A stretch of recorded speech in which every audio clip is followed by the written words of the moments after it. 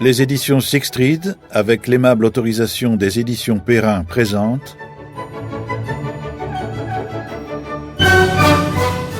Napoléon III de Thierry Lentz, lu par Jacques Germain.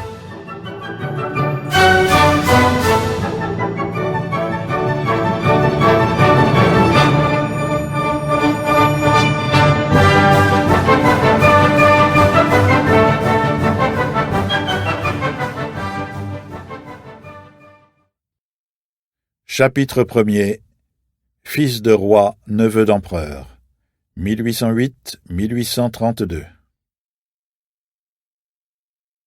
Dans la nuit du 20 au 21 avril 1808, naquit à Paris, rue Cerruti, Charles Louis-Napoléon Bonaparte, troisième fils de Louis Bonaparte, roi de Hollande, et d'Hortense de Beauharnais, fille de l'impératrice Joséphine.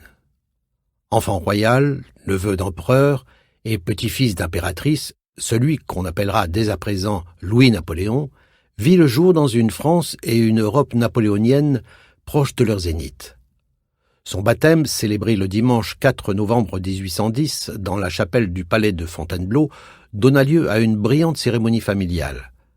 Napoléon était le parrain, sa nouvelle épouse Marie-Louise de Habsbourg-Lorraine la marraine, le cardinal Fesch, oncle de l'empereur, officier devant la cour assemblée. Tout aurait été parfait si l'on n'avait eu à déplorer l'absence du père, dépossédé de son trône batave depuis le mois de juillet précédent et parti en exil quasiment sans laisser d'adresse. 2 ans plus tôt, il avait déjà renoncé à assister à la naissance de son fils. Son couple n'était en effet ni bien assorti ni uni.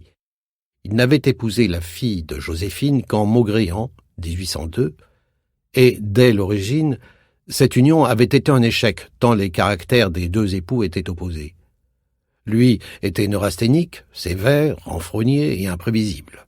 Elle, de 5 ans sa cadette, éduquée et brillante en société, intelligente, sensible et cultivée, recevant beaucoup, écrivant et composant des chansons, dont, dans son exil d'après 1815, un « Partant pour la Syrie », qui deviendra l'hymne officieux du Second Empire.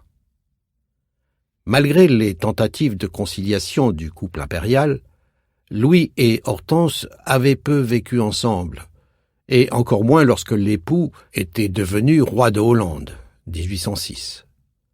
Leurs 3 enfants avaient été le fruit de rares rencontres, imposées par la politique dynastique et l'horreur du scandale de Napoléon.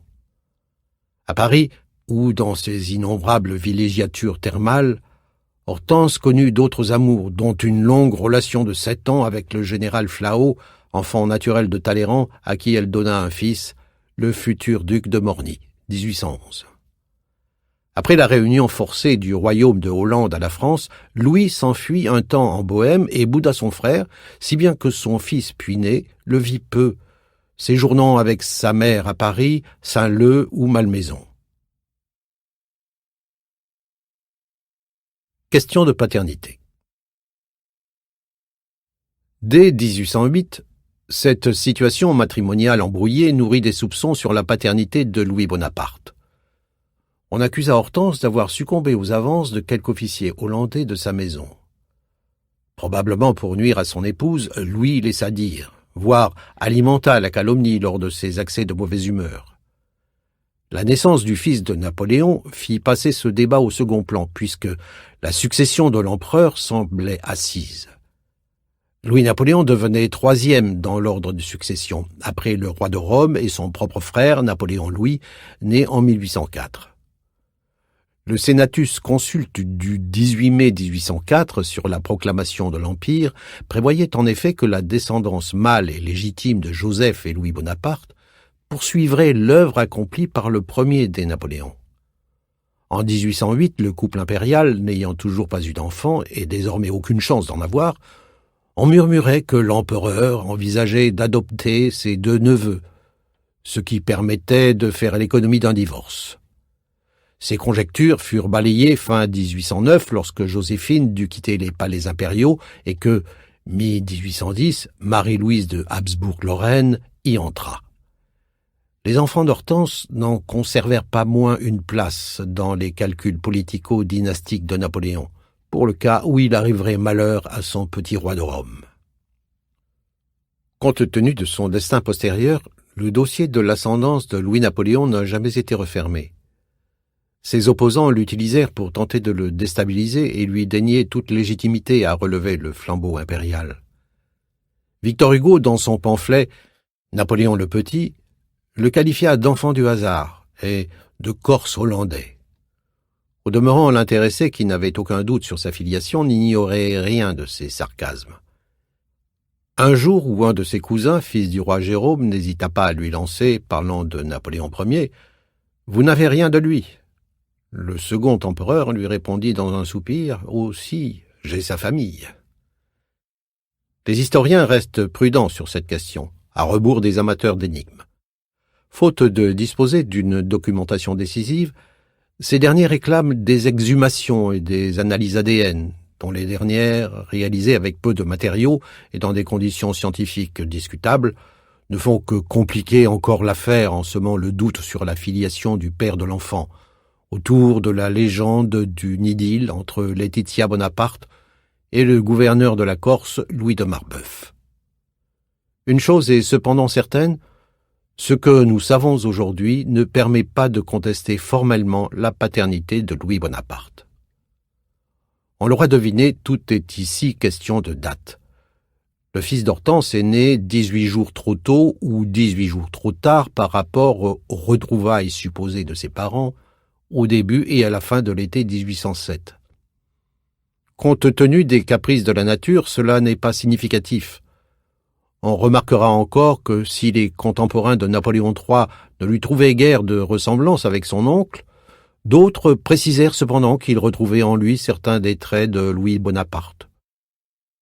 Avant de se joindre au Lazzi contre son épouse, ce dernier fit d'ailleurs illuminer sa capitale et ordonna de grandes festivités pour célébrer la naissance de son troisième fils, après Charles, né en 1802, mort du croup en 1807, et Napoléon Louis. Mais si l'on osait, on pourrait estimer indifférent que le roi de Hollande ait été ou non le vrai père de Napoléon III. Même s'il put gêner parfois l'intéressé et nourrir la haine de ses adversaires, le doute n'eut guère d'importance pour sa carrière politique et son règne. Si la cour et la ville jasèrent, Napoléon ne donna jamais l'impression de prêter l'oreille aux rumeurs sur les faiblesses avérées de la fille de Joséphine. Avec son frère Eugène, elle eut toujours droit à un traitement indulgent, bien au-delà des obligations politiques et dynastiques. La bienveillance du premier empereur s'étendit à ses enfants. Un tableau de Ducis le montre au milieu de ceux de Murat et de Louis, avec sur les genoux le futur Napoléon III. Avec son frère, celui-ci était souvent amené aux Tuileries où l'empereur les recevait et, lorsqu'il en avait le temps, jouait avec eux. Vivant avec sa mère à Paris ou pris en charge par la maison de l'empereur lorsqu'elle s'absentait, le petit prince fut élevé comme tel, et lui et son frère aîné reçurent leur première leçon d'un précepteur réputé, l'helléniste Karl Benedict Hase, employé au cabinet des manuscrits de la bibliothèque impériale. Si l'on s'inquiéta longtemps de sa fragilité, on fut vite rassuré par son agilité intellectuelle. Il n'en apparaissait pas moins timide, ou au moins retenu, traits de caractère qui ne le quitteront jamais. La première chute de l'Empire eut peu de conséquences sur la vie quotidienne d'Hortense et de ses fils. La jeune femme se rapprocha du tsar Alexandre et obtint, grâce à sa protection, l'indulgence de Louis XVIII qui lui accorda le titre de duchesse de Saint-Leu avec 400 000 francs de revenus. Aux 100 jours, après lui avoir reproché son attitude, « Je n'aurais jamais pensé, Hortense, que vous eussiez renoncé à ma cause », Napoléon pardonna à sa belle-fille et en fait une sorte de maîtresse de maison de son empire provisoirement restauré, d'abord aux Tuileries, puis à l'Élysée. Joséphine était morte l'année précédente, Marie-Louise et son fils étaient retenus par l'Autriche. Hortense et ses enfants devinrent pour quelques mois la seule famille de l'empereur. Waterloo, 18 juin 1815, mit fin à l'entracte. En quittant Paris pour rejoindre l'armée, Napoléon aurait dit au grand maréchal Bertrand, parlant de Louis-Napoléon venu lui faire ses adieux, Embrassez cet enfant. Il a bon cœur. Peut-être sera-t-il un jour l'espoir de ma race. » Rapportée des années plus tard par Napoléon III lui-même, l'anecdote est sans doute trop belle et trop utile politiquement pour être authentique. Après la défaite de Napoléon et son départ pour Rochefort, l'île d'Aix et Sainte-Hélène, la monarchie restaurée fit comprendre à Hortense que sa présence en France n'était plus souhaitable. En juillet, elle prit à son tour le chemin de l'exil.